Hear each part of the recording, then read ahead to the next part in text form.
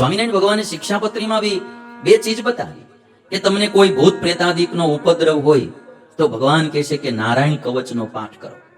તમે જો આશરો ભગવાનનો બતાવ્યો. સ્વામિનારાયણ ભગવાને શિક્ષાપત્રીમાં હનુમાનજી મહારાજ માટે બી એક શ્લોક લખ્યો. શું લખ્યો?